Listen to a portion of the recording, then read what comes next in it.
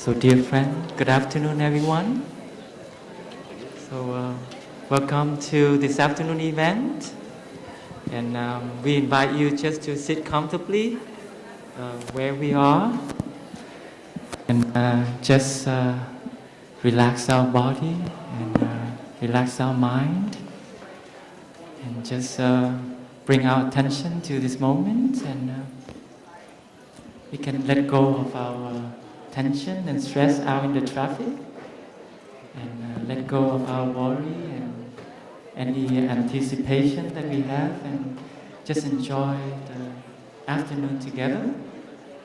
And we can begin by singing some practice song, and I hope everyone have this pamphlet prepared for each of us. And just sing together, and these are songs that can help us water a positive seed in us and bring out the good quality that is there inside each of us already. It's just that we need to come back to ourselves and invite the quality to be there, and we can enjoy it. Quality like peace, like joy, like freedom. Yes. So if everyone has a pamphlet, then we can begin by singing the number one song, breathing in, breathing out. And we can do the movement with our sister here, and it will be joyful.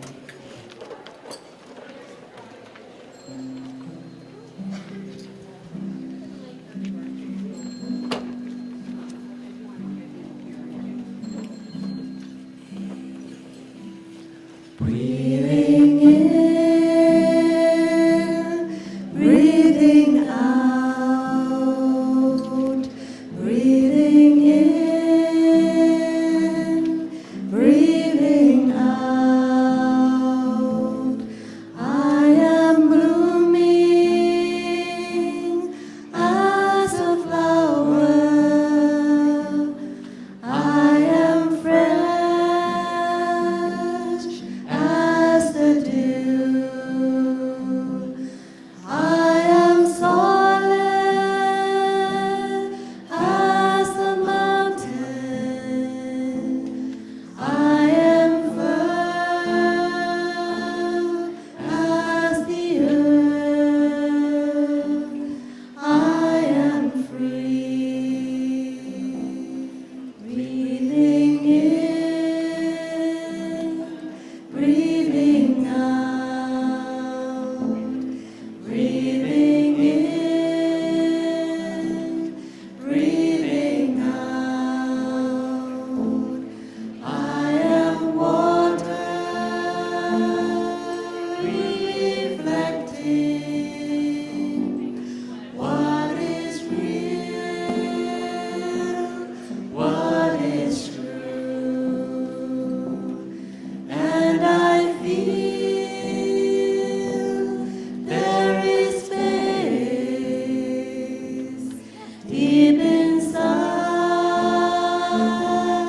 of me. I am free, I am free, I am free.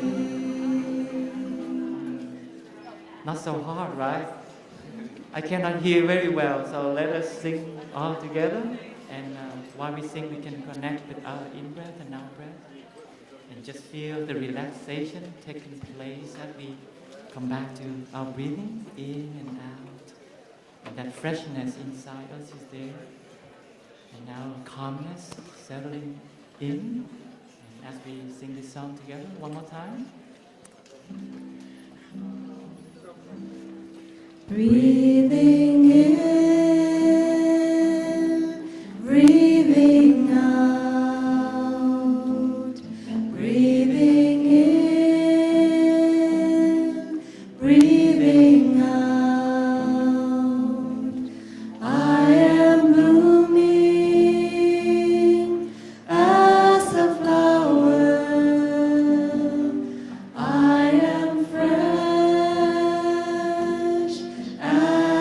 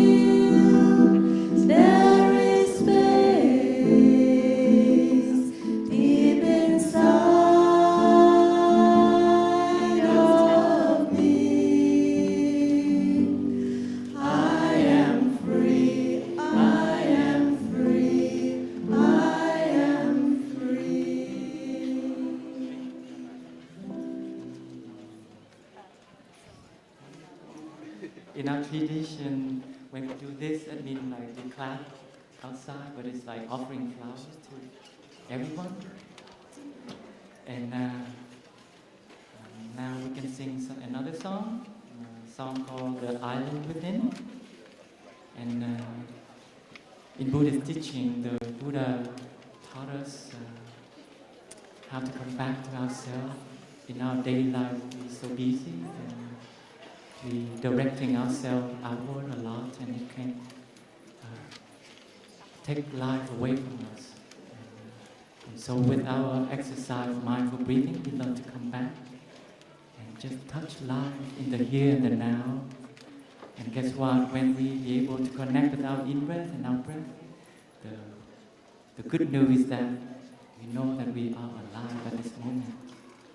We have everything we need, and we can begin anew. If there is anything wrong, we still have this body, this mind, and this circle of friends and family that we can start over. And so the teaching of coming back to oneself is very important. So let us sing that song.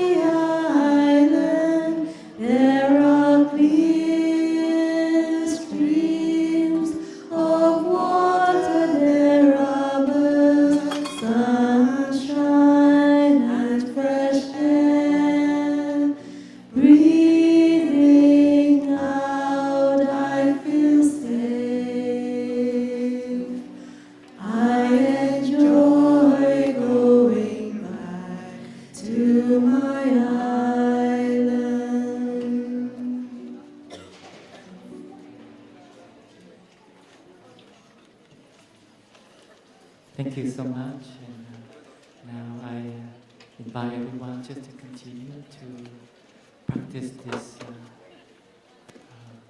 silence and this calmness as we go to the next session, which is the guided meditation, which we can do together. Thank you so much.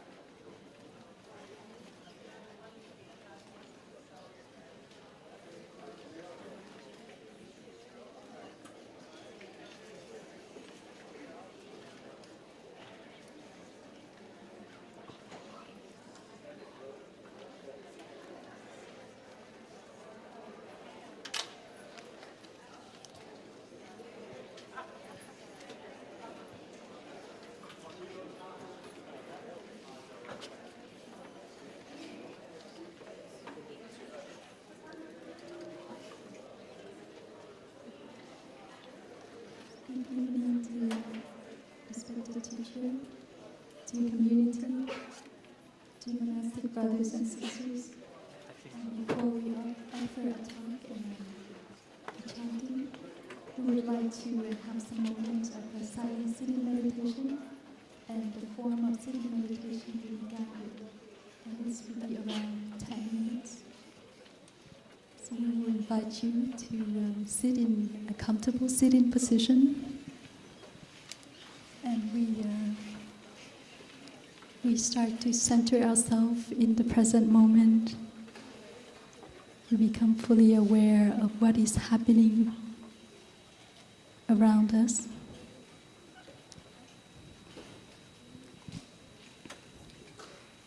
So we feel fully rested in the position of sitting, or if we are still walking, please gently find your seat and start to settle in the moment.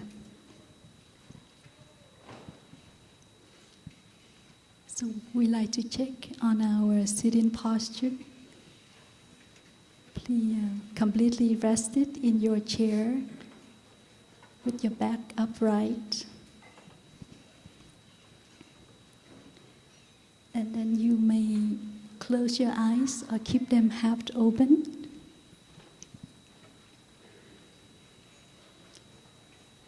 So we begin to center ourselves around the sensation of our breathing.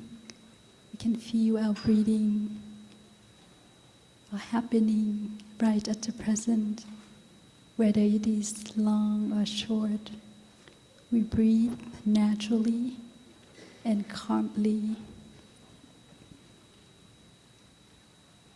And then we would like to offer you a guided sentences, and also followed by some key words or phrases to help us to focus on the in-breath and the out-breath.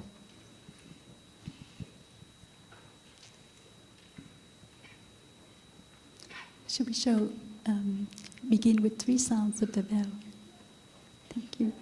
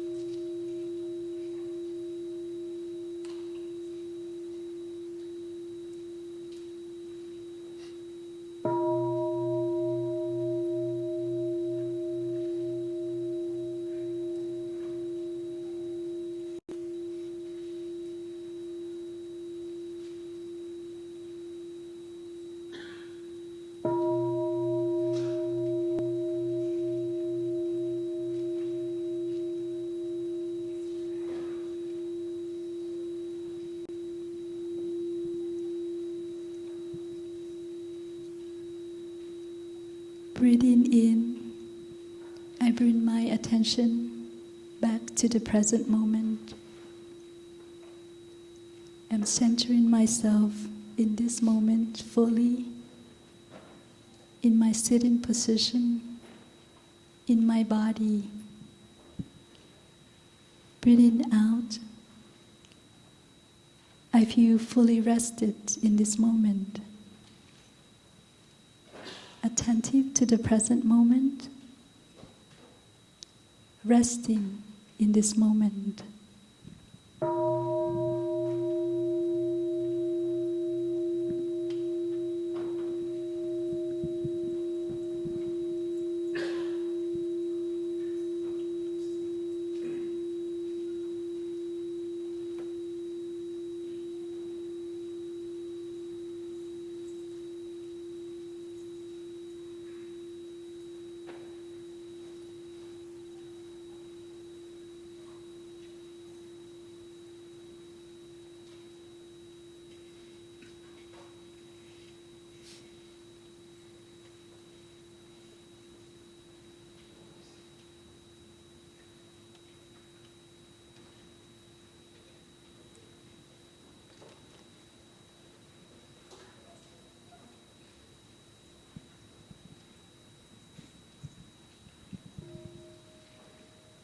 Breathing in, I am fully aware of the sensation of my in-breath as my belly rising.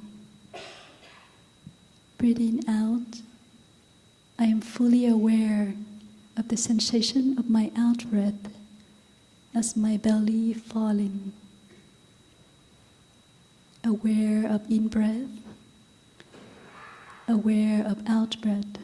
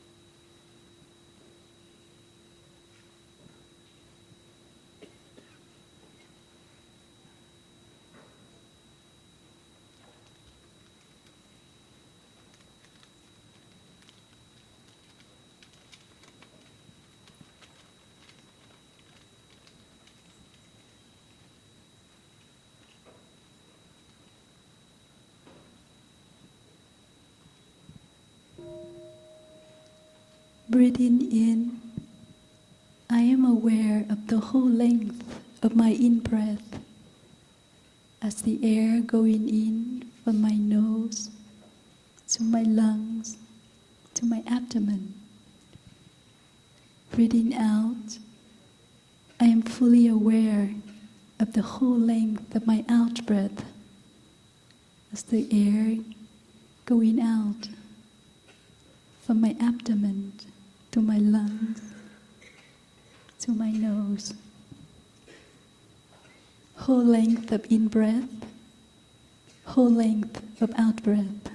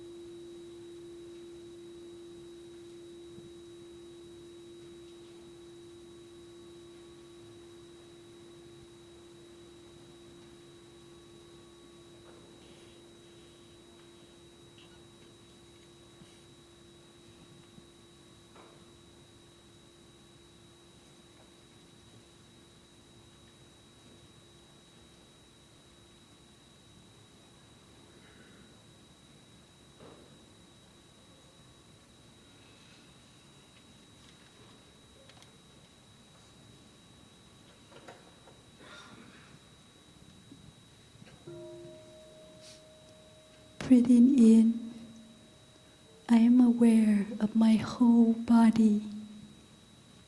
Breathing out, I release all tensions in my body. Aware of body, releasing tension.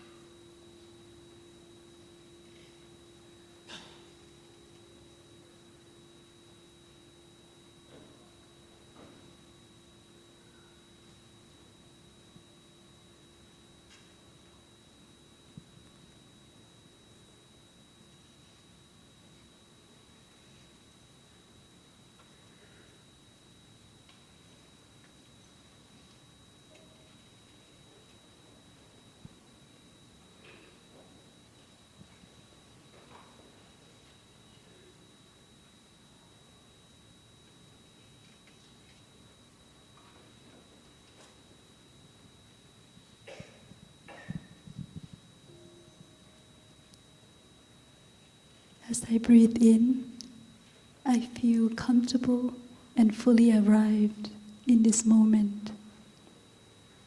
As I breathe out, I'm feeling at home, being arrived, feeling at home.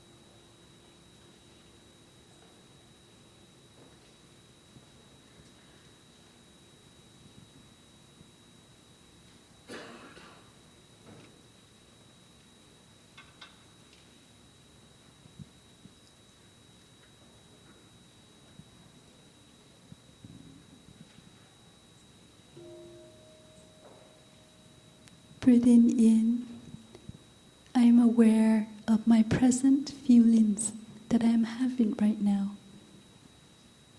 Maybe bodily sensations, or feeling of calmness, or restlessness, or peace, or even neutral feeling. Breathing out, I calm all my feelings. Aware of feelings, calming feelings.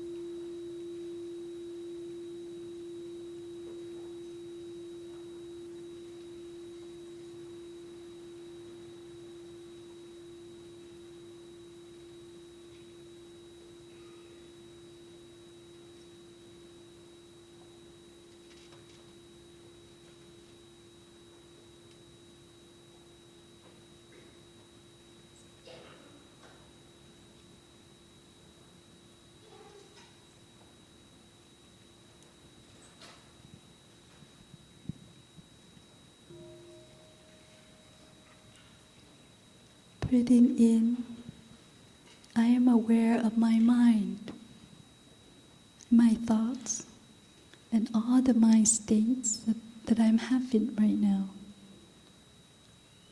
Breathing out, I gently lessen the activity of my mind. Aware of mind, relaxing mind.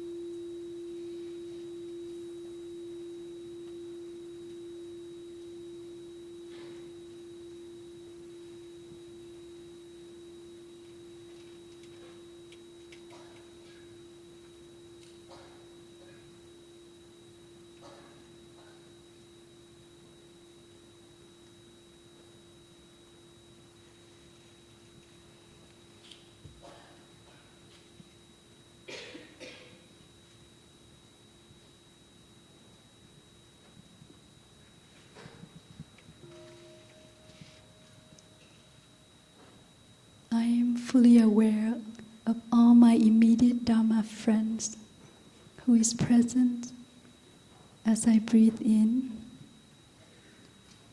I'm grateful for the support of my Dharma friends who offer me the collective mindfulness practice as I breathe out. Aware of friends, grateful.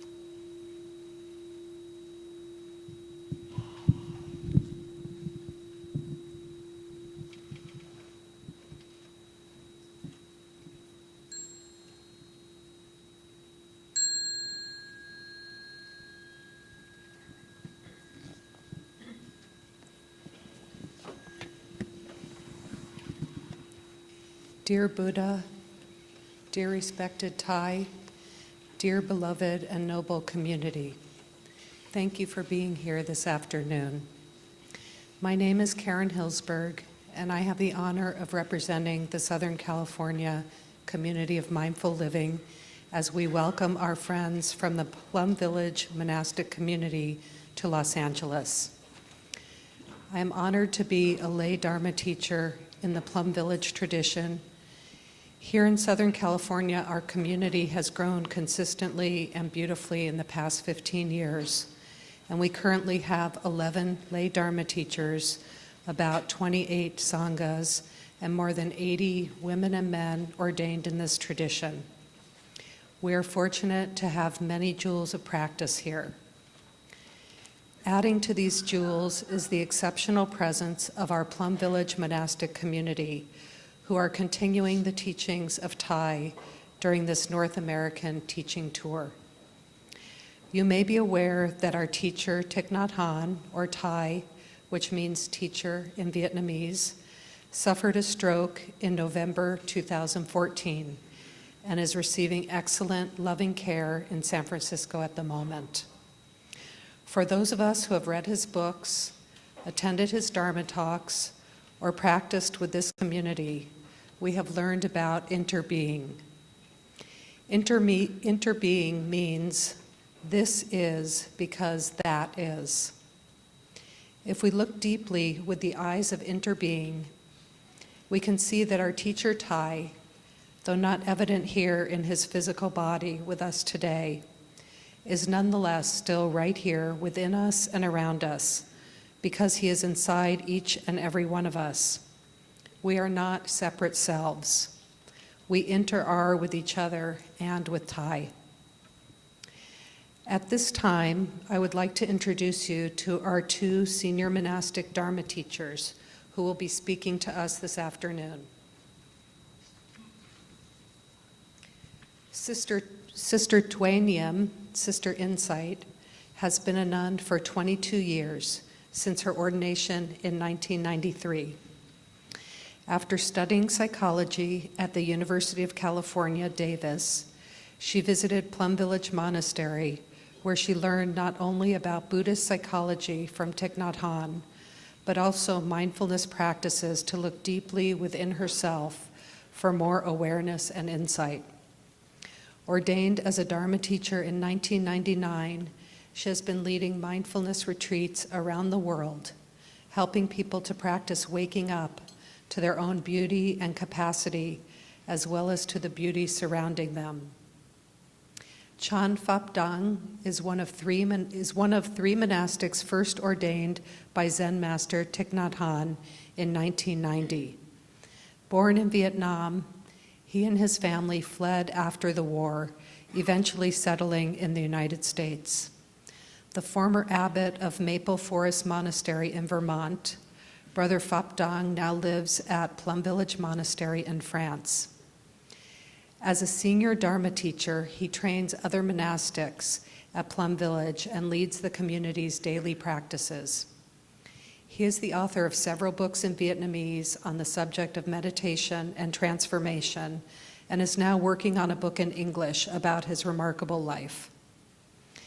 Brother Phap Dang and Sister Tue Nghiem have devoted their adult lives to living in such a way that they have been transforming their own seeds of suffering.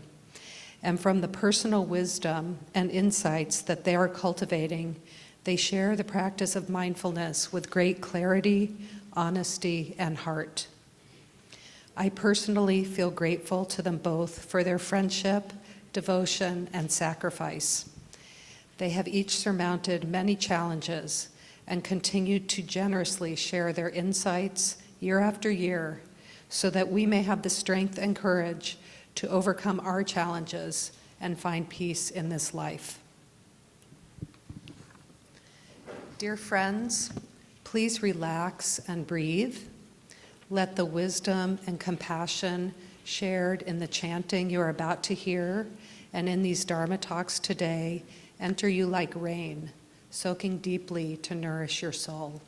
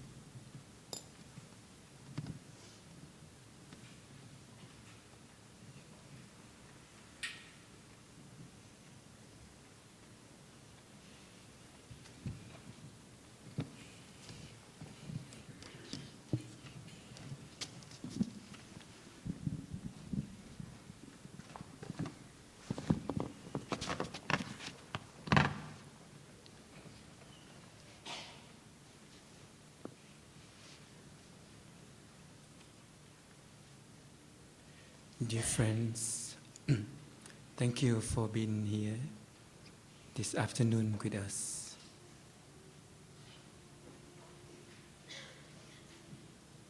You have preserved precious time to be here, supporting each other. And we try to offer you a chant very soon. The monastics will evoke the name of the Bodhisattva of compassion. Her name is Avalokiteshvara. And she is the queen of compassion. And we really need compassion in our daily life. Many of us are looking for divinity and supernatural mundane outside, but actually compassion is really our divine. We need it. And we innate this energy of compassion. The Buddha said that we make of body and mind, and deep down in our mind, there's a river of compassion. And all we need to do is to touch this water of compassion. And with the requirement that we need to be in touch with the suffering within and around us. Sometimes we have a lot of suffering, but we don't know how to touch it. We feel numb. We feel lost. So tonight, with the chanting, we invite you to open it up. Enjoy your breathing in and out, and feel the suffering within you. Touch, pinpoint in the body, in the mind, in the relationship, and around us. People are despair, people are suffering with disease, with hunger, with violence, with natural disaster, with war, with violence. So the requirement of compassion is to feel the suffering, to touch the suffering, to have the real suffering.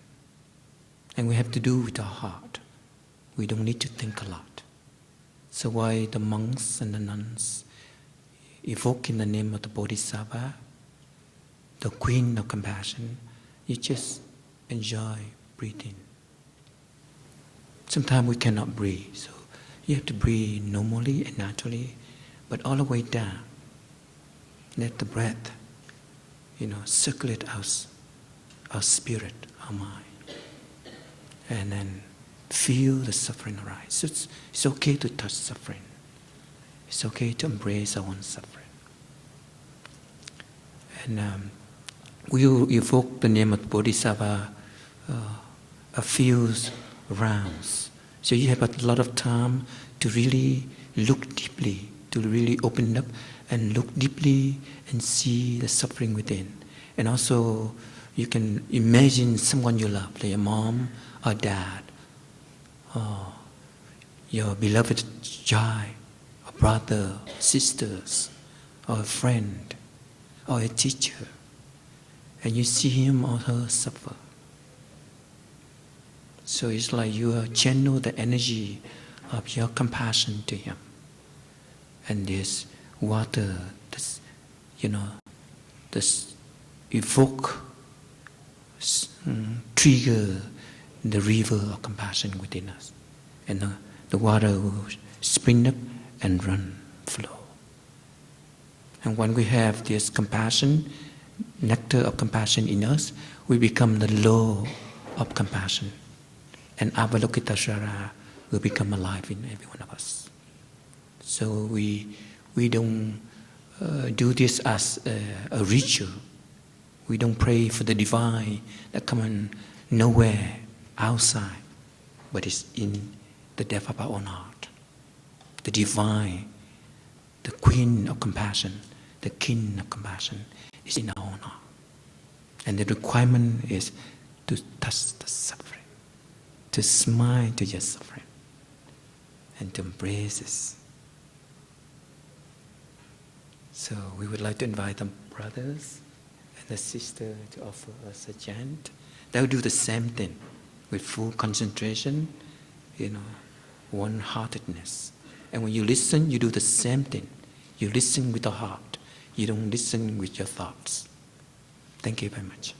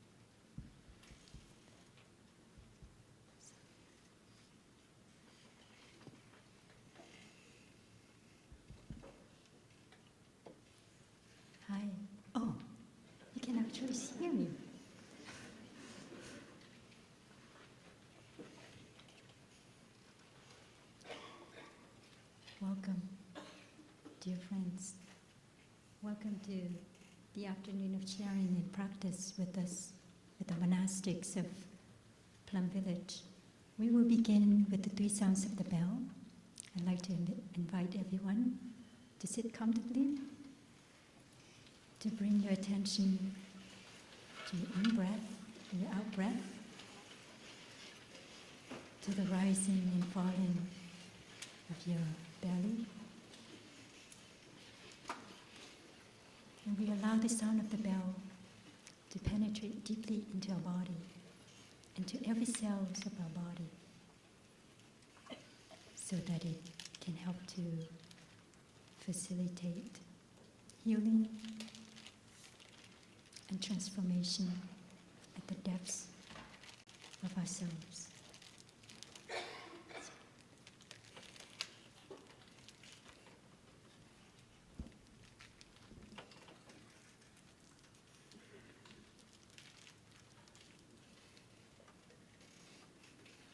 So you may like to close your eyes so that it's easier to concentrate on the breathing.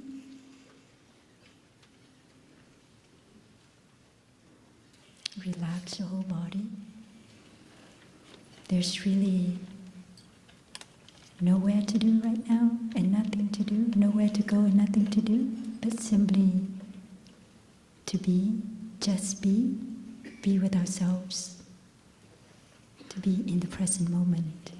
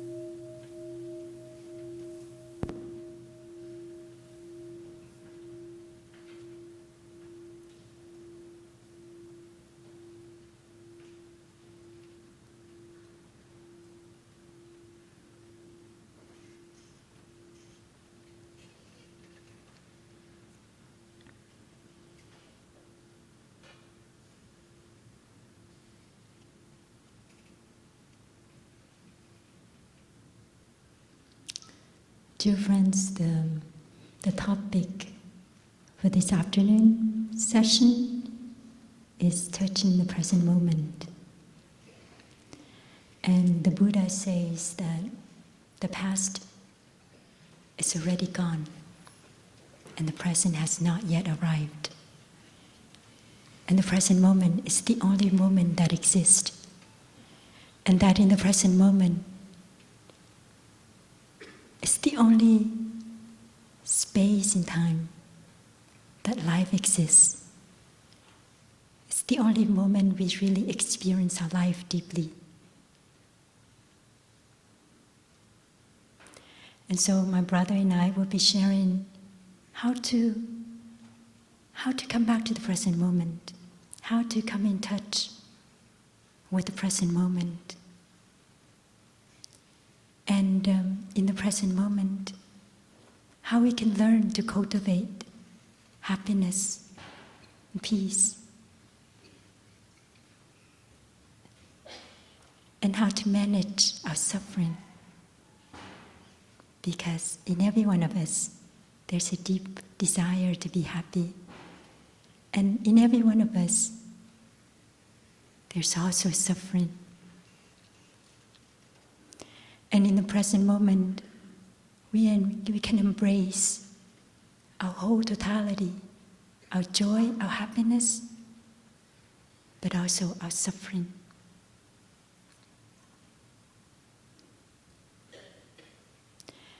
And how do we come back to the present moment? With what can we use to come back to the present moment?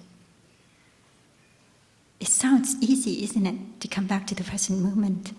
But it is not, because we have this ingrained tendency to run,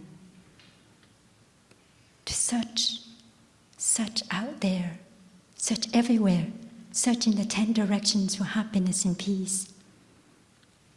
We think that happiness is somewhere in the future. Some of us think that our happiness had happened in the past, but it's no longer is in the present moment. So we're busy, very busy in our head, and it makes it so difficult to come back to the present moment. But what can help us to come back to the present moment is the energy of mindfulness. The energy of mindfulness is the energy of knowing what is happening in the here, in the now. It's an energy that really makes us alive. It's an energy that wakes us up. And it's an energy that every one of us has inside. It's innate. And when we are able to come back to ourselves, come back to our body, come back to our breathing, just like we have been guided in the sitting, then we can come back, come in touch with this energy of mindfulness. And it is this energy of mindfulness that makes us truly alive, that we can really experience life in the here and the now.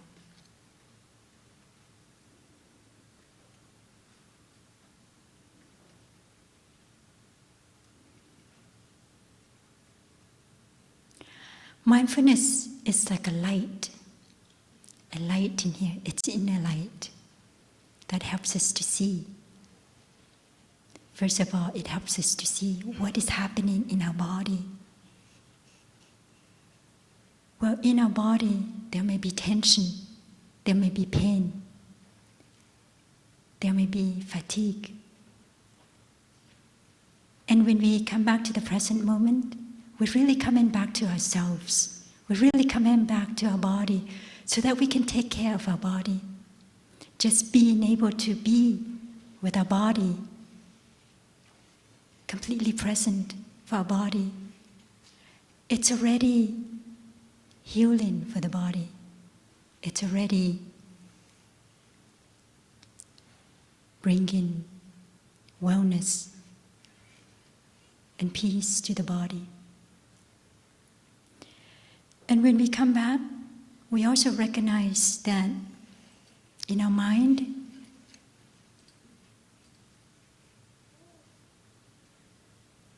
our mind is everywhere. Our mind is not really there. We're not really there for ourselves. We're not really there for our loved ones. We're not really there for life. And so sometimes we're a big mess inside. And so coming back to the present moment with the energy of mindfulness, we start to recognize our suffering. And it's only by recognizing that there is suffering in ourselves, like my brother had just said, that we know how to take care of this suffering. That we know how to heal ourselves. And then coming back to the present moment, with the energy of mindfulness, we recognize that there are so much wonders and beauties around us. Beauties inside, but also beauties around us, in our beloved ones, in the people around us, and in nature. And these beauties are always available. We're not really there to benefit from these beauties and wonders, because if we're really there mindfully, we can be nourished, we can be strengthened. Our joy can be strengthened. Our happiness can be solid.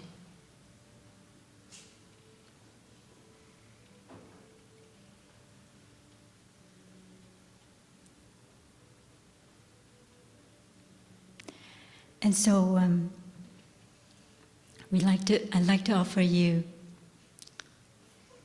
two very basic practices that we do in order to come back to ourselves, come back to the present moment, and to generate joy and happiness and peace, and also to manage the stress, the pain and the suffering in our body and our mind.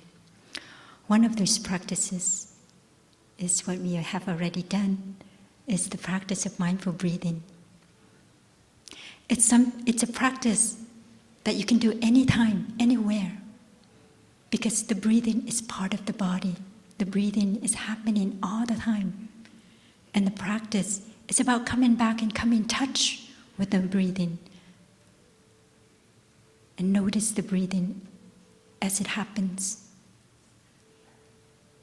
And we simply acknowledge the breathing for how it is, for what it is. We don't manipulate or control the breathing, but simply acknowledge that the breathing is happening. And when we bring our mind to the breathing, what happens is that the thinking stops and we are arriving completely in the present moment. There's thinking happening all the time. And most of the time, maybe 99% of the time, at least for me, it's really useless thinking. And when I come back to my breathing, the thinking stops. And I'm truly alive here now. I can actually feel my body. I can actually listen to the thoughts that may be there in my head. There's always thinking happening in the back of my head. And being with the breathing, I can really recognize that there's thinking, so that this recognition can really help to dissipate the thinking. And it helps me to arrive in the present moment, to be truly alive. Maybe we can take a moment to breathe together. We can really feel our body, feel the belly rising and falling as we breathe in and out. Or simply notice how the air comes in through our nostril and the air comes out through our nostril.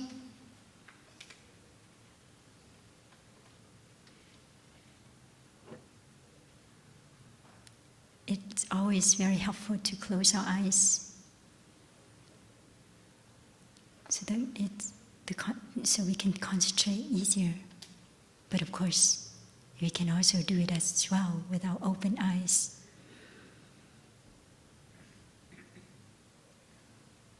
Notice how our body, it's relaxing, it's loosening up, it's sinking into the earth, sinking into the chair that you're sitting as you breathe in and out.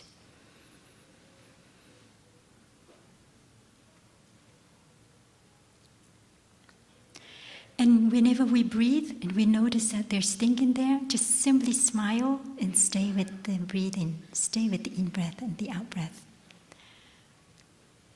I like to bring my attention to my toes and my feet when I breathe, because I can be in the body, but far from my head, because this is where it takes me away. And I realize that it's not just my nose and my lungs and my diaphragm that are breathing, My whole body is breathing. My toes and my feet are breathing as well. And try that. Try inviting the toes and the feet to breathe.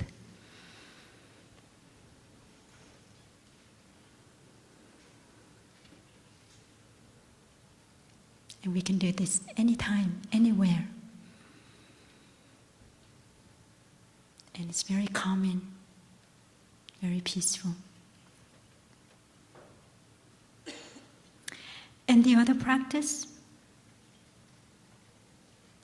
is mindful walking. Sometimes we call it walking meditation. And walking meditation is a practice of bringing our attention down to our feet, our toes and our feet, and come in touch with the earth so that we will not get carried away by our thinking, by our projects, by our anxiety. And walking mindfully can help us to really experience life deeply, but also help us to come in touch with nature, with the beauties and wonders around us, so that we can be nourished by these wonders and beauties. And sometimes you coordinate the steps with the breathing. For example, within two breaths, with an in-breath, we can make 2 steps or 3 steps. And with an out-breath, we can make 2 steps or 3 steps or 4 steps.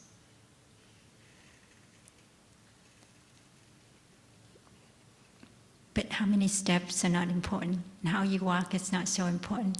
What's important is that you're there, feeling the contact between the sole of your feet with the earth, coming in touch deeply with the earth.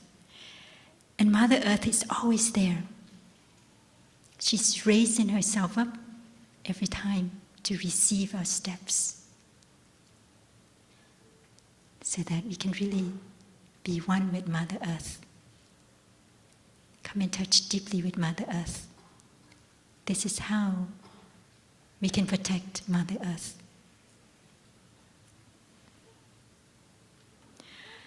So mindfulness can be generated when we come back to our breathing, when we come back to our steps. And when we are mindful, we're concentrated. We're concentrated in every steps. We're staying with ourselves. We're not running away anymore. We're making this commitment to be with ourselves completely. No more running away. No more running away from ourselves. We're coming back to discover who we really are.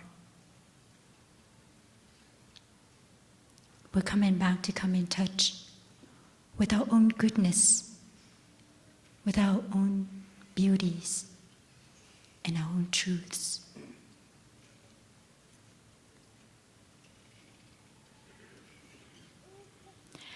And when we are mindful and concentrated, insight will arise. Insight is understanding.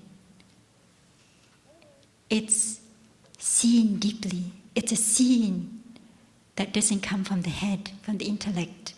It's the seeing that comes from the depths of ourselves, when our mind is calm and clear, when we are arriving in the present moment. And it's the seeing that helps us to know what to do and how to take care of ourselves, of our suffering. And it's the seeing that liberates us, that frees us.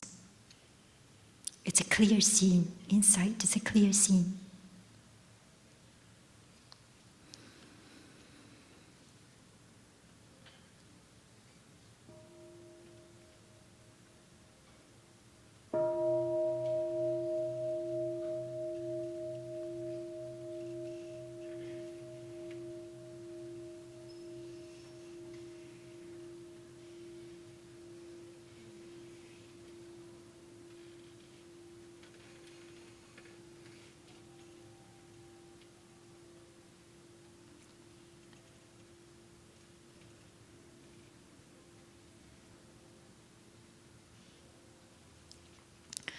3 weeks ago, when I was in Mississippi, I was in a store, and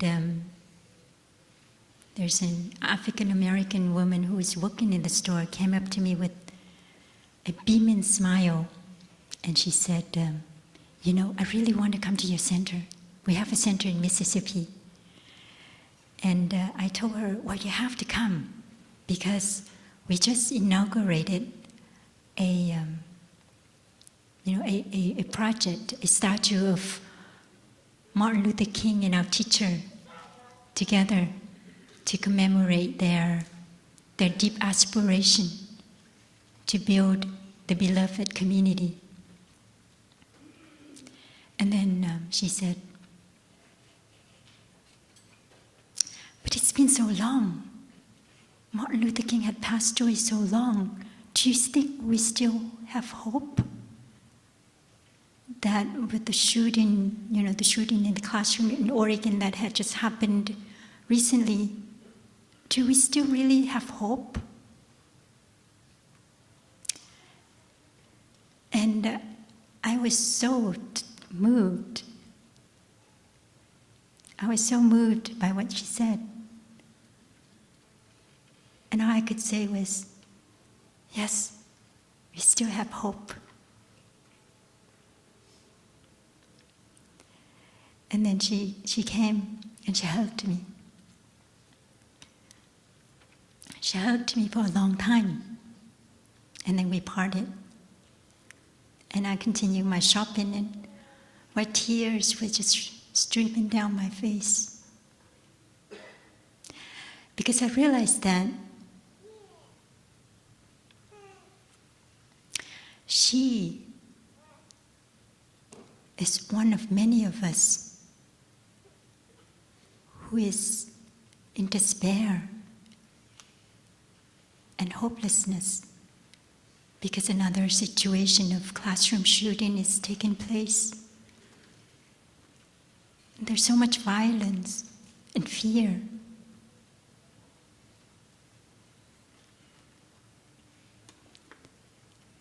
And I thought, what can we do? What can she do? What can I do?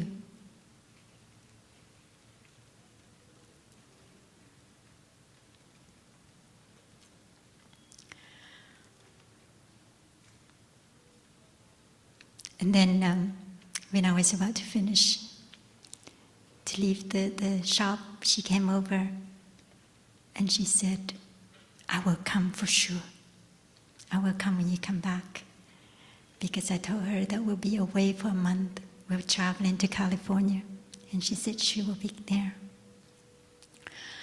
But I realized that when we are in despair and hopelessness, we can't do much for ourselves or for others, for our society. And it is only with the practice of being able to take care of ourselves, being able to heal ourselves, that we can be an instrument to help change. And I realized also that as one person, whether she or me, we can't do much either. And it is only with the sangha, with the community of practice, with people who aspire towards peace and happiness, people who want to cultivate love for themselves and for other people. When we come together, that we can be strong. When we come together, we be a strong instrument to make change, to help change the society. So this afternoon, when we come together like this, we're really creating a community, a sangha of people who aspires to wake up, who aspire to cultivate peace and non-violence in our society, in ourselves. And it is with this community that we become an instrument for peace. And this is the insight of our teacher. That is why our teacher has devoted all his energy and time in building sangha, in building the community, the monastic community as well as lay communities. And like our friend Karen has said, there are many little communities like that everywhere in Southern California, 28 of them. And that we can find these communities, these sanghas, in order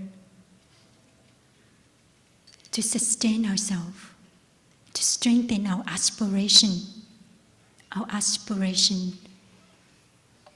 to be happy, to be peaceful, and to help society.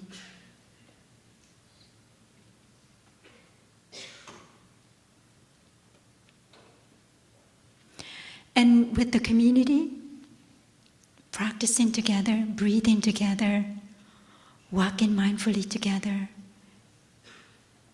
cultivating peace and joy and healing our suffering, we become a light. We look at this little pocket of light of awakening. And this little pocket of light, this pocket, the light of mindfulness and peace, it ripples out and it touches life everywhere around us. And this is how we help awakening, collective awakening to take place. And what we need in our society right now is a collective awakening. Because one person, two people, we cannot do much to help our society. We need a collective awakening. And it's beginning to happen with these many little sanghas everywhere that are committed to the practice of mindfulness, the practice of cultivating peace and love. So thank you for coming this afternoon, because your presence is a testimony of this collective awakening.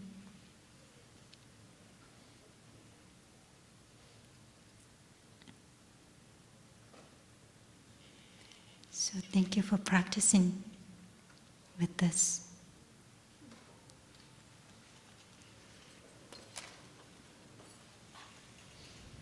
So we will listen to the sound of the bell, just to come back to ourselves, come back to our breathing, come back to our body, and then my brother will continue to share.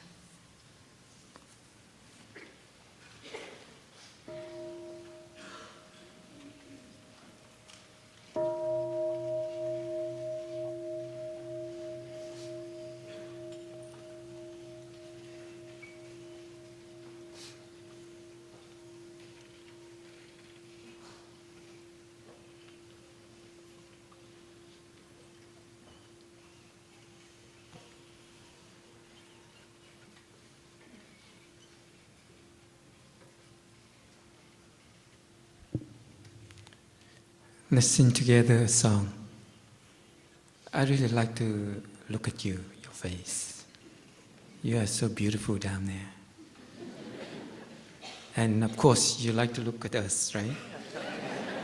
We are beautiful up here. It takes some time for me to get used to the light, to see your face. At the beginning, it's kind of dark.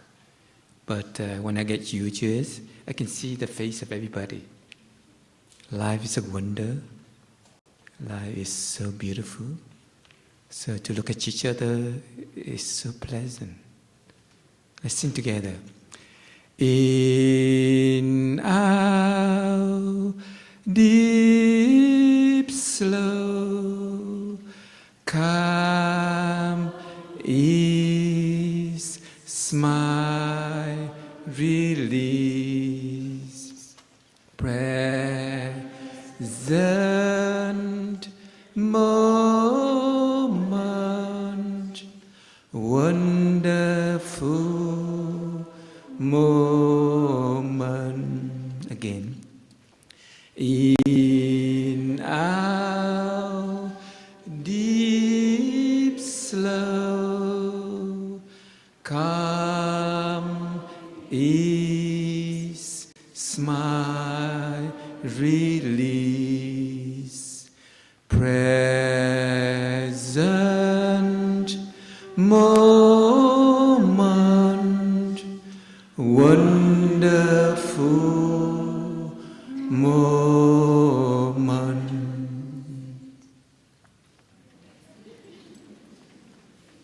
Thank you, Sister Tue Nghiem, for a beautiful share. You know, Sister Tue Nghiem and myself are blood. We come from the same mother and father, but she looked more beautiful than me. And we're so happy together. I ordained 3 years. I ordained as a monk 3 years, and then she came and also became a nun. We ordained in the early 90s. I ordained in 90, she ordained in 93. And she used to live in California. She went to UC Davis, which is very, to the north. And she lived in a temple. And to the point that she doesn't like the monk in the temple. And what happened? That I became a monk. So it takes so many letters for me to write to her in order for her to really read my letter. Because she doesn't like the monks. Sorry, monks, but in the past, my sister doesn't like the monks. And now she became a nun, a beautiful nun. And we spend a lot of time together. So. And I'm so happy to be with her here. I don't know why the sangha put us together tonight. It's kind of funny. Sometimes kind of odd, to sit together.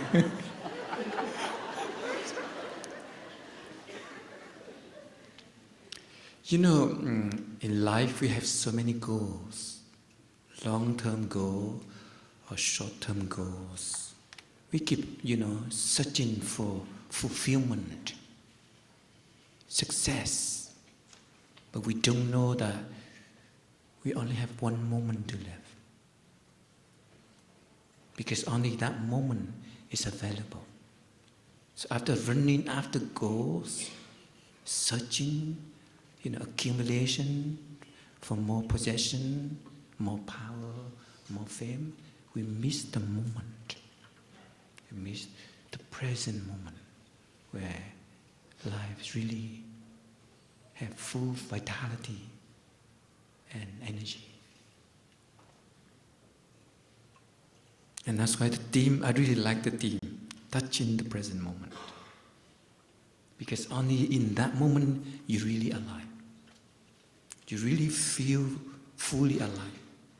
You have a feeling of sovereignty, a really human being. What happens if our body is here, but our mind is not here? We just, become zombie or dead corpse, isn't it? And most of the time we live like that. And we keep running after that. Our society, prestige, or, way of life is to run after goals. To fulfill all the goals in life. And then we miss the point. We miss the most divinity of life is to live our life. So to be alive is very important. The most important goal. The final goal. Because when we die, you don't have anything. You give away everything. Even you have a name in the Hall of Famous, it doesn't mean anything. You are finished. So to be alive. And the beautiful thing about sati, mindfulness, means the mind come back to the body and stay in the moment. In one instant moment. That is the length of our life. The past is already finished. The future, you don't know what's happening. Sometimes we just get out of the hall, drive, get car accident, we die. So the future is uncertainty. Only the present moment that I see you so beautiful. You're so lovely like that. And the flowers, the sunshine, the fresh breeze, they are the wonders of life. And to touch the present moment is meant to touch the wonders of life. And in the present moment, your mind is free. You don't fix your mind in anything. And life is magnificently, beautiful wonders. You cannot grasp it, but they are really clear, manifest in front of you. And that's why touching the present moment is also the fulfillment of our deepest goal, our concern in life. Usually we ask the question, what is my deepest concern for my life? Present moment. Be alive. So take a breath. And when you're in the present moment, you have a lot of inspiration. You motivate with good energy, with recreation, innovation, inspiration. And in the present moment, we get the insight. We see things deeper than the other people get lost. Could be in the past, could be anxious about the future. So only in the present moment, you get the insight. You see things deeper. You break away, the obsession in our mind. Usually fear, a lot of fear. I will not realize this. I will not get this. I'm going to lose my loved one. I'm afraid that my loved one will get an accident. My house will burn up by, fire. So in the present moment, we'll be free with all this obsession of fear, of losing something precious, someone we love. In the present moment, love is real energy. I like to define mindfulness is heartfulness. Sometimes we don't feel deeply connected in the heart. Because sometimes we say mindfulness, it has to do with thoughts. But heart, you can feel it. It's heartfulness. It's better word for sati. Sati is really defined as alertness, awakeness. So heartfulness is the better definition than mindfulness. Mindfulness, sometimes we think of thinking, but actually mindfulness is not thinking. Yeah. It's being, feeling, experiencing. And what? The present moment. The energy of life. Go home and look at your loved one with heartfulness. You see he so real. When you don't stay in the present moment, we're obsessed by a lot of ideas, fixation of previous perception, and that's where we are separated. We don't want to look at each other. Before the talk, I walked out of this hall, and I met a sister, and we bow, and I hold her hand. And she said, "I love you, brother." I said, "I love you too." And that's the way to connect, by the heart. We break away the barrier of perception. We really feel each other So heartfulness, you feel it. You feel the sunshine when you walk outside. The sunshine warming your shoulder, warming your face. And there is awakening, mindfulness, heartfulness.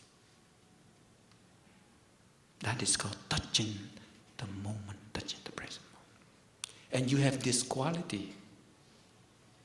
You're born to be like this. You remember?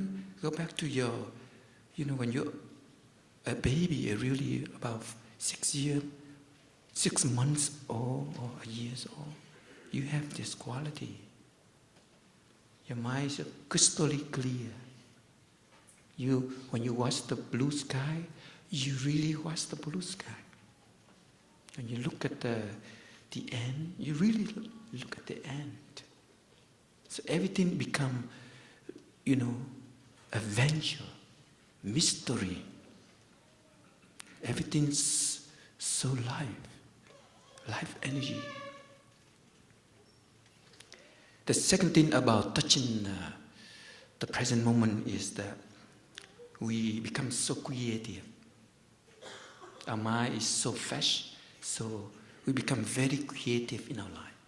And life become a kind of play, very playful, very joyful, full of fun. So stay in the present moment, you have this quality. Especially if you're an artist or a writer or a poet, stay in the present moment. You can compose beautiful, piece of writing or painting. If you're a musician, stay in the present moment. Then in life, full of art, life full of insight, inspiration, innovation. You don't need to think a lot. Actually, thinking take away life, take away the creativity, of mind.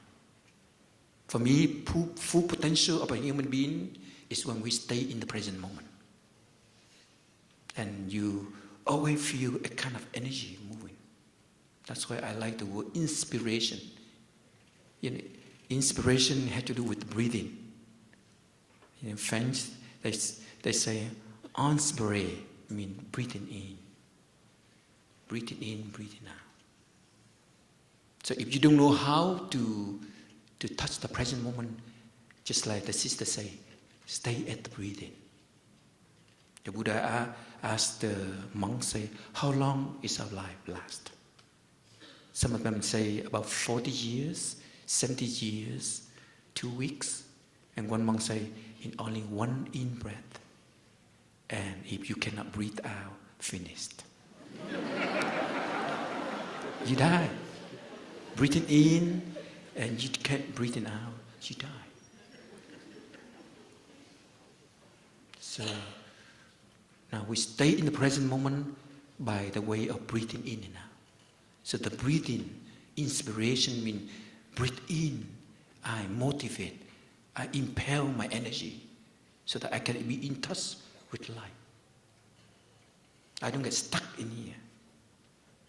I don't get, fixed into my obsession of fear in the past, fear for the future, of uncertainty of my life. Usually we concern most is our existence, whether after life, after this life, am I continue to exist, or I will be, totally cease to exist. So this is also the deepest fear. In the moment, stay in the moment, you get the insight. You reach the divinity of life, the depth of life. You see that you are deeply connected. Suddenly you become a river. You become sunshine when you really touch deeply. Sunshine, send gamma ray into your body, into your soul, warming your soul, wake you up to the moment. You become the nature, you really go into the nature and really feel the energy of the forest. It's so healing. It's so inspiration.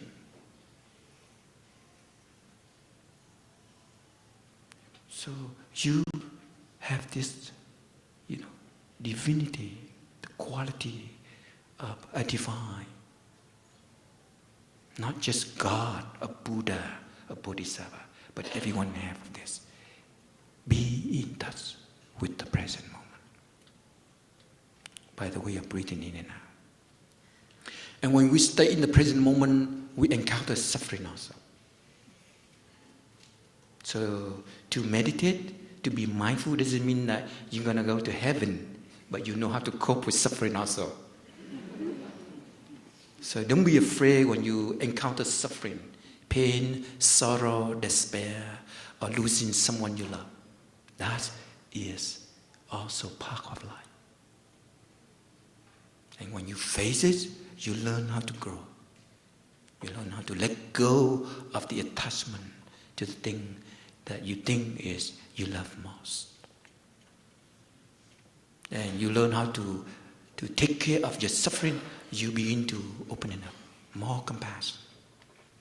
More compassion is because your heart is tender when you go through suffering. And you know the suffering of others also. You know, if you suffer like that, he will suffer like that. So we become more tender in a way of, relating to each other. If we send out, violence, anger, frustration, people around us suffer because we have been a victim of all this negative energy. So now we learn how to grow up, to become more mature, to become more compassionate to oneself and others. So stay in the moment we develop compassion. We become a real human being, a mature human being, full of compassion, that don't want to make other people suffer. Compassion defines that I don't want to spread suffering all over, spill my suffering all over. I don't want people to get hurt. I want to protect them.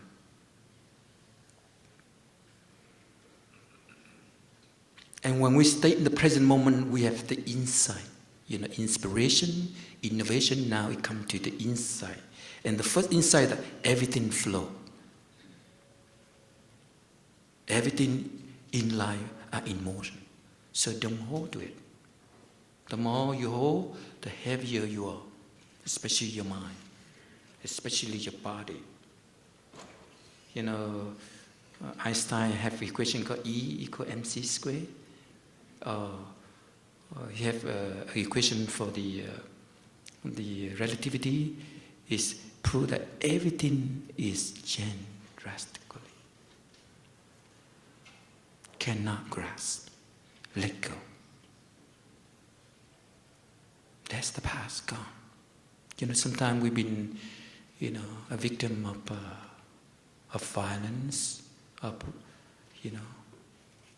despair. We become a victim of abusing. I used to grow up as a child during Vietnam War. So I received a lot of suffering, violence during Vietnam War. In me, the two things is so obsessed my mind is fear of death. Fear of death and fear of being, like bomb, weapon, airplane. Means, the jet. And we were in the Bay Area. The day they have air show, the jet flying. For them it's fun, but for me it's fear. Because I remember the time that the jet fly over my head. I think they go to the north and bomb in Hanoi. And I was a little boy. We live very close to the war zone, so we hear the fighting regularly. And that time, my family had to flee from from our place to the south. We don't know where to go. We just go to the south because the killing, the fighting is happening, rages. And people say you have to go away from the village so that you don't get killed by the bullets, and you also don't stay there to support the enemies. Sometimes the communists, they hide in their village. And the southern soldier, they want everybody to move, empty the village. So we go. And I was a boy, I like that. Why? Because it's fun. I don't have to go to school. And I really don't know much about, what happening, why people killing each other, but I feel the fear in me up there. I feel the fear of my family. Especially in 1975, that is nearly the end of the war. And I saw personally a lot of corpses everywhere on land, and my homeland is close to the river, and we see thousands and thousands of corpses. Vietnamese soldier, American soldier. And my heart is full of hurt. We don't know why people are so hatred to each other like this. And my family will flee on little, ferry. We don't know where to go. We just go into the sea to escape from gun and bomb. And I saw a lot of corpses. So it's obsessed my mind of fear of death, of being killed. So in the present moment, we touch this. We'll be able to, to see this. And we'll be able to try to embrace this and transform it. So the beautiful thing is when we stay in the present moment, we touch the root of suffering. We see deeper than just, he or she is the victim, is the object of our suffering. But we see the root of our own suffering. Sometimes we come very deep fear when we were a child. We see the time that we were abused, sexually abused, and now it's manifest in our mind. And that's why we have very difficult relationship with our new loved one. And remember,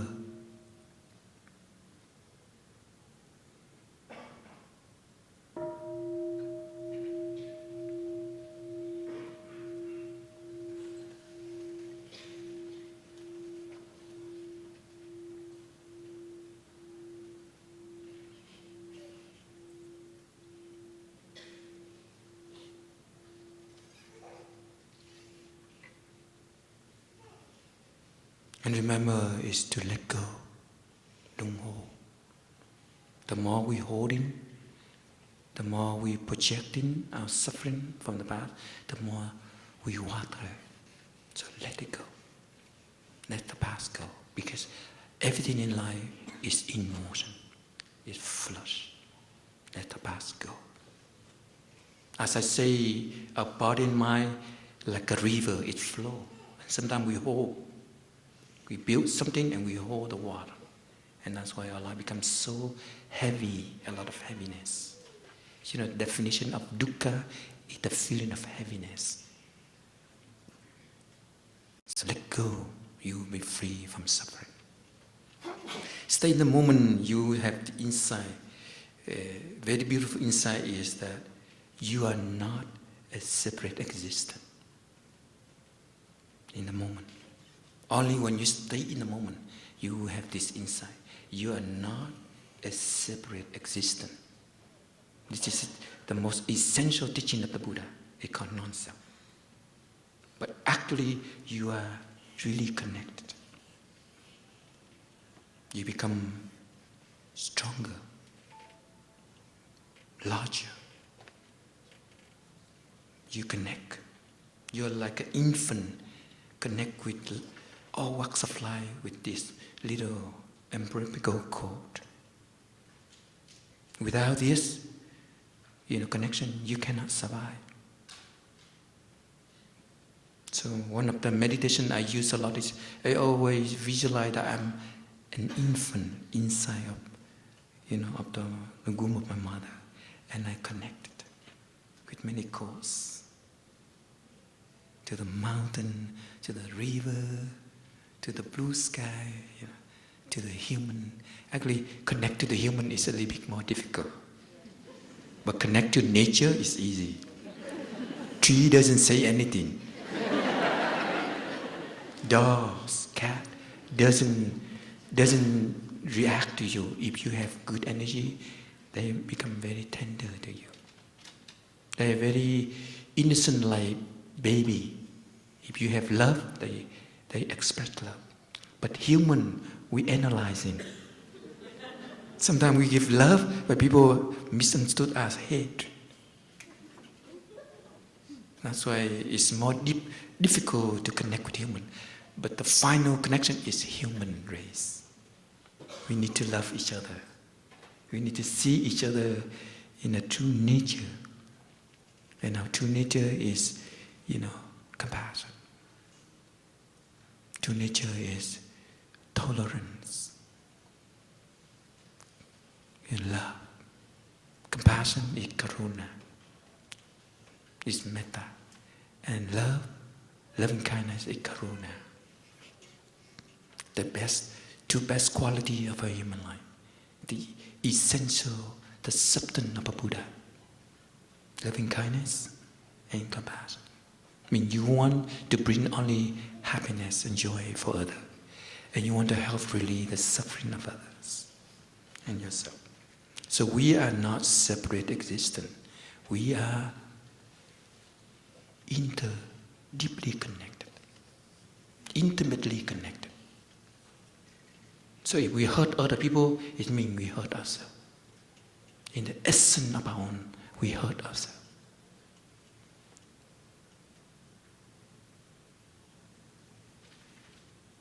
So we did hurt other people because we don't have this quality of stay in the moment.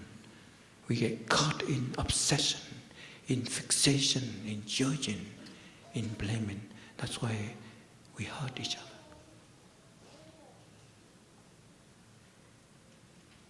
We become a victim of our own suffering and we spill over. So now stay in the moment. You be free. You see each other in a clear eyes. Come from a clear mind.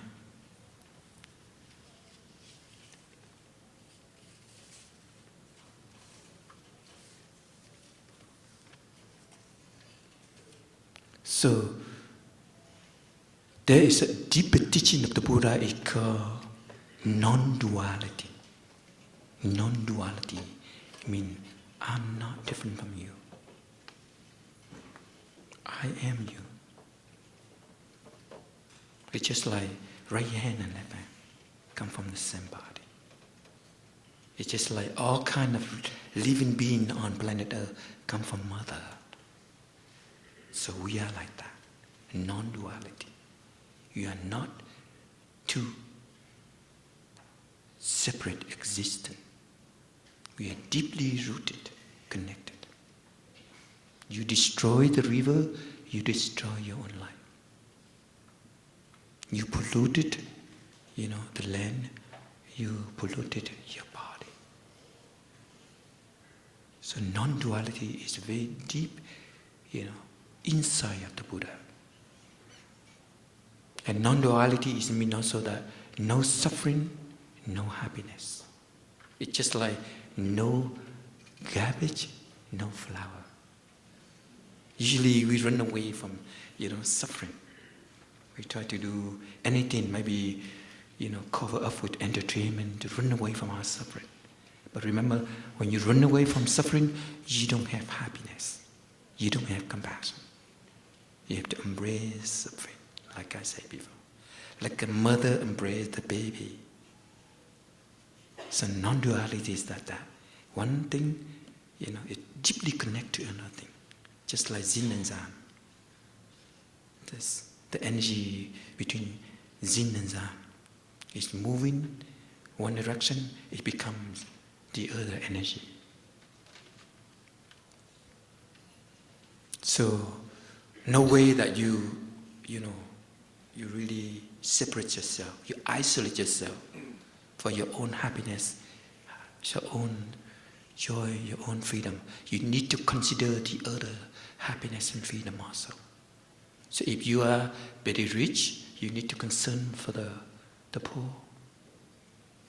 If you are healthy, strong, you need to concern for the weak, for the sick.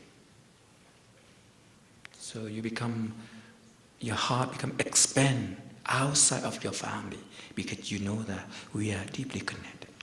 Remember when something like happening in the third world, it affects America here. A war that, broke, explode over there in the Middle East. We live here, we have feel the energy of suffering. So don't think that we have a peaceful land. The land of no war for nearly 150 years. We have war, if there's something happening in the Middle East, in Asia, in Europe. It's just one planet Earth. And we all come from this.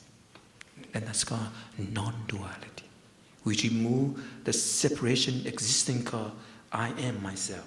And I'm only concerned for me and for my family. So the final insight, when you stay in the present moment, we feel deeply interconnected. And our heart expand and more love. A little bit more love every day. Not only for human race, but for other living beings also. That's why there are people concerned for Mother Earth, people concerned for environment, people concerned for extinction of many species on Earth. And these are the people who inspire us by the energy of compassion, the energy of a bodhisattva, an awakened being who know that if there's someone suffering on Earth, we all get it. I always see nurses are the bodhisattva, doctors are bodhisattvas, psychotherapists are bodhisattva. For me, I see them all, awakened living beings who want to relieve the suffering of people on earth. And in the present moment, we see things like this, and we inspire, to follow the path of the bodhisattva. We become inspired and aspire to do it, to put into service. So the brothers and the sister here, we, on behalf of our teacher, we are so happy to be with you here tonight, this afternoon. And my sister say, you have to close your eyes to really do deep breathing. But I really like to do deep breathing looking at you.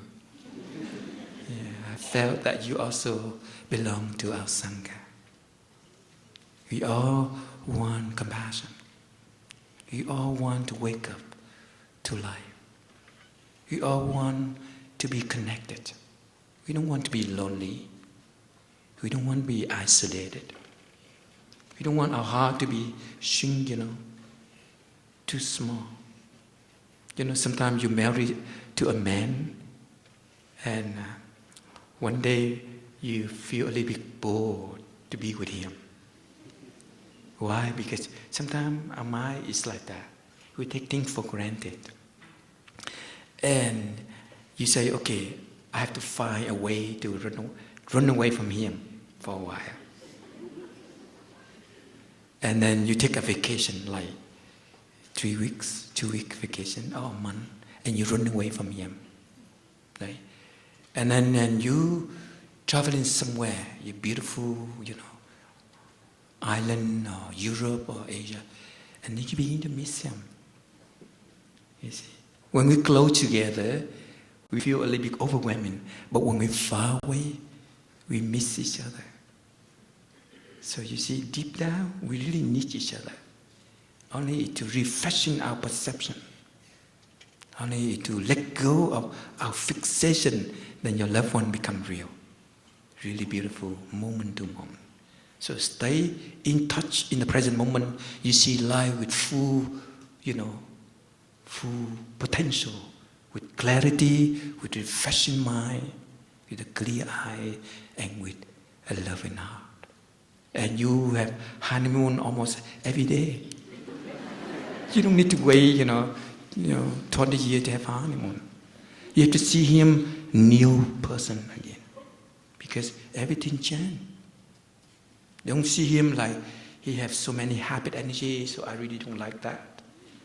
So I want to chant him. I want to fix him in order for me to live with him.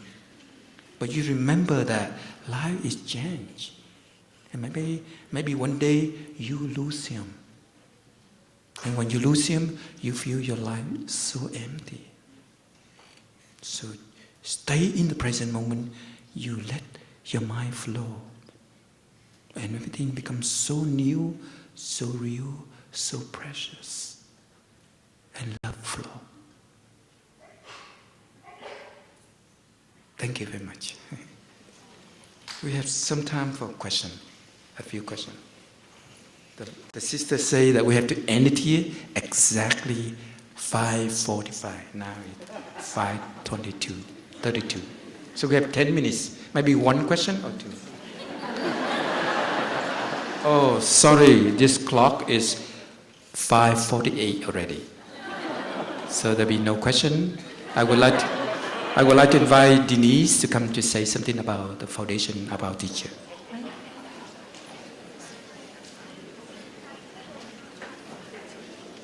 One question? The sangha say you have time for one question. I have to listen to my sangha, or I'll be in big trouble.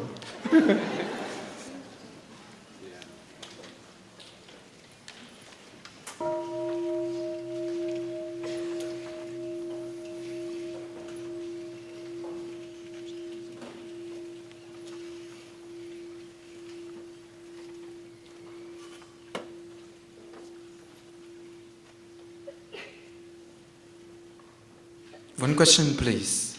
Anybody have a question that you really want to come? Please come up. The microphone is here.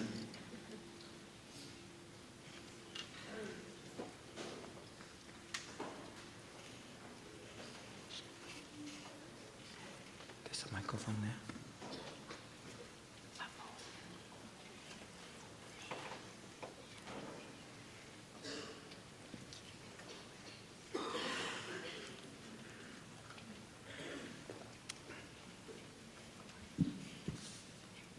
Hi, thank you. I was wondering so if you want to be connected with, if you feel connected with everybody in the present moment, how do you not get overwhelmed, or how do you sort of sustain that presence while acknowledging all of the suffering? Why everything changed? Can you say again, clearer? Yeah, sorry. So earlier you mentioned that you want to be in the present moment, and that when you're in the present moment you feel connected to everything around you. But there is a lot of suffering, and how do you sustain that presence while also without getting overwhelmed?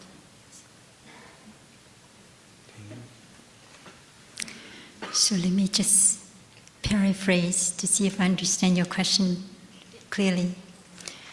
So when we come back to the present moment, when we stay in the present moment, we feel connected with everyone. But what about our suffering? Is our suffering, how can we handle our suffering? With this insight of interconnectedness? Thank you.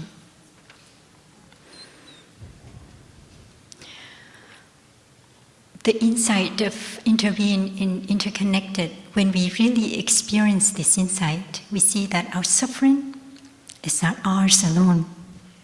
The suffering we have, maybe our parents' suffering, maybe our ancestors' suffering, maybe the suffering of the society. And so we don't feel overwhelmed by this, and that we don't feel that we have to be responsible for this suffering. That this suffering is not just ours, but it's really maybe watered or touched by so many other elements. And so for us to be able to, and that insight alone already alleviate a lot of this suffering. It's like, whew, this is not my suffering. But also it touches, it helps us to cultivate compassion. Compassion not just for ourselves, that we may be a victim of, of society, of the suffering in the society, the violence and fear in the society, of our ancestors who have transmitted us this suffering. But also we have compassion for our parents and their parents and their ancestor, because we know that our parents, their suffering is also not theirs alone. Their suffering is probably transmitted by their ancestors and probably inflicted by many other elements. And it's the compassion that heals the suffering. It's with compassion that we can manage our suffering, that we can hold our suffering and live with our suffering in peace. So, but my brother may want to add a bit more. And when you stay in the present moment, you have the balance, because you receive a lot of healing energy, refreshing. You receive you touch with a lot of wonders of life. So you'll be able to have the balance to cope with your suffering. Everybody suffers to some degree, you see. So that's why we need this balance. Stay in the present moment. Be in touch with the blue sky. Feel the sunshine. Embrace the tree. Touch Mother Earth. Then you'll be strong to be able to cope with it. And then you take the practice of breathing to really embrace, calming the suffering. And when you have calming, a clear mind, you begin to see like what she said. Usually we get caught in our own ego. We say, this is my suffering, Or how dare she do that to me? So usually it's caught in a kind of centeredness, like the egoistic attachment. That's why we have, react in such a way that we are suffering. But when you stay in the moment, you feel connected, then the suffering is there, but you don't feel kind of overwhelming. Your heart is tender, your mind is opener, and you see the whole picture of it. So you don't react, kind of strong anger, frustration. You see, but we need the balance, we need a clear mind. Usually we become a victim of our own anger, our own suffering. We always, get caught in our own way. This is me. How dare you do that to me? We say like that. How dare you insulted me, Or, usually, dump everything on me, And that's how we think a lot. And the way, if we think like that, we don't have interconnection. We don't open our mind, and we don't open our heart. There's not deep connection at all. You see, so change the perception. Don't take things personally. Stay in the moment. Let the mind flow. You might get hurt a little bit, but you let it go. It flows, and the pain, the suffering is lessened right away. And then with her share, you see the whole picture of it. You see the seed of suffering that maybe water when you are a baby girl. Maybe you were abused by your father, and now someone do something like your father, it provokes anger. You see things a little bit deeper than just, there's just the energy of strong emotion. So, thank you very much. We need insight. Only liberation, it comes from inside, not by chance. You don't do gambling here, you need insight. Especially when we deal with suffering, Just say it easy, but to go through it, you need some kind of insight. And stay in the moment. Thank you very much. So invite Denise to say something. Do you like me give a talk? I'm kind of funny guy, huh?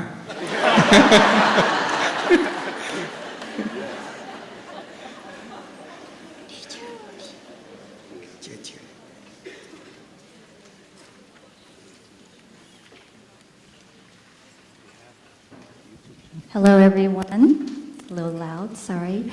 My name is Denise Nguyen. I'm the director of the Thich Nhat Hanh Foundation. And I wanted to thank Brother Phap Dang and Sister Tue Nghiem for their wonderful talk. I was really inspired by it.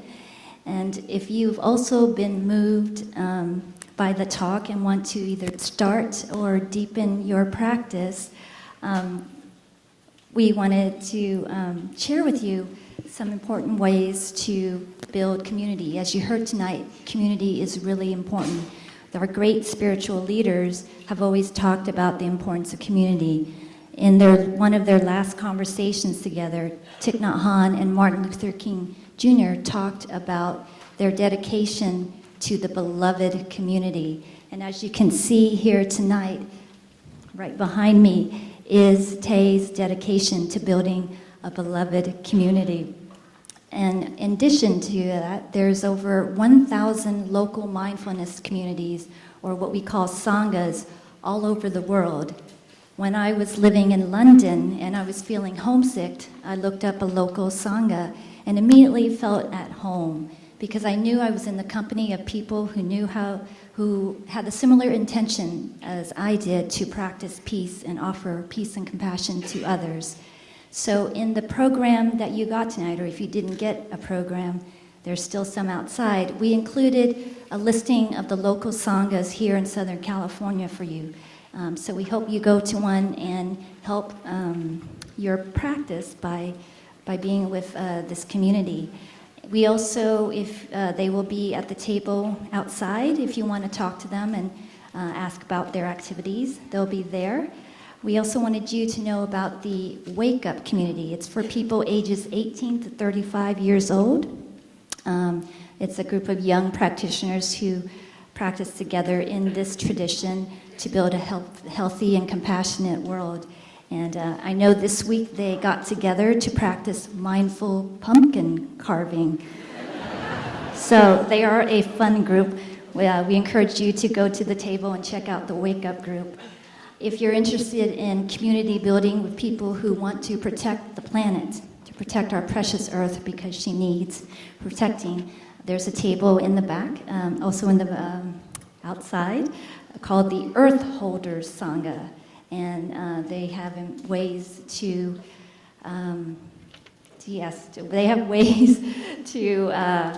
practice our protection of the earth. I am not speaking very well right now. I'm sorry. Also, we wanted to share information about the Thich Nhat Hanh Foundation. The Thich Nhat Hanh Foundation was created to continue the mindful practices and loving community of Thich Nhat Hanh. And one of the ways we do that is through our outreach program. Besides funding prisons, schools, people of color, and disadvantaged youth, we also offer funding for humanitarian programs. We also are a major support for the many monasteries around the world. The monasteries is where the monks and nuns live. It's their home. But we're so fortunate here in Southern California of only about like an hour and a half, hour 45 minutes, depending on your mindful driving. In Escondido, California is Deer Park Monastery, and it's over 400 acres of a beautiful place for you to come and take refuge. And so we encourage you to come. They have a free event next Sunday, November 1st. It's a free day of mindfulness. Today you had an afternoon of mindfulness. You can get a whole day next week. And the monastery, when you come there, you not only learn how to do sitting meditation, walking meditation, eating meditation. You know, they may look very solemn out here, but they're very fun too. So you get to learn wisdom from them, and you may even engage in ping pong meditation. The monastics like ping pong.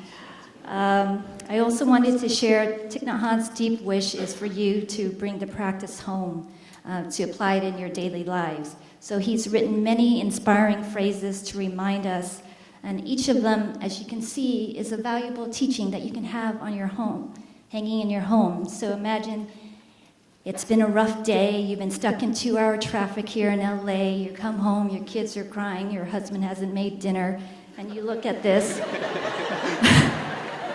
and breathe, it'll be okay. Or we're here in Hollywood, we get bombarded by images on TV everywhere about what it is to be beautiful, but Thich Nhat Hanh teaches us that to be beautiful is to be yourself. You know, your uniqueness is very needed in this world. So we encourage you to go in the lobby and check out the calligraphies. As you know, Tay is recovering from a stroke that he suffered in November, so he's no longer able to create these. Before, he was handwriting them themselves because the profits from the calligraphies go to support humanitarian programs in Vietnam and India and Africa. So by buying one, you will be supporting these humanitarian programs. But the monastics have created reprints of these. I mean, they're beautiful. I want them all. So please go check that out. Another way for you to bring the practice home with you is by books. We have many books outside by Thich Nhat Hanh and the monastics. Brother Phap Dang, who's a wonderful senior Dharma teacher, has written a new book called Nothing to It, 10 Ways to Be at Home with Yourself. And I have so many highlights in that book because it's wisdom after wisdom after wisdom. And Sister Tue Nghiem, or Sister D as we call her because she's cool like that, she has a book called Mindfulness as Medicine. Before she became a nun, she was a doctor, so she has very many wise teachings about mindfulness as medicine. So they will be available for a book signing after this event.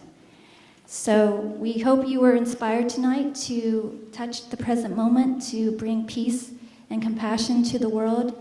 The number of people out there who create violence for themselves and for others is great.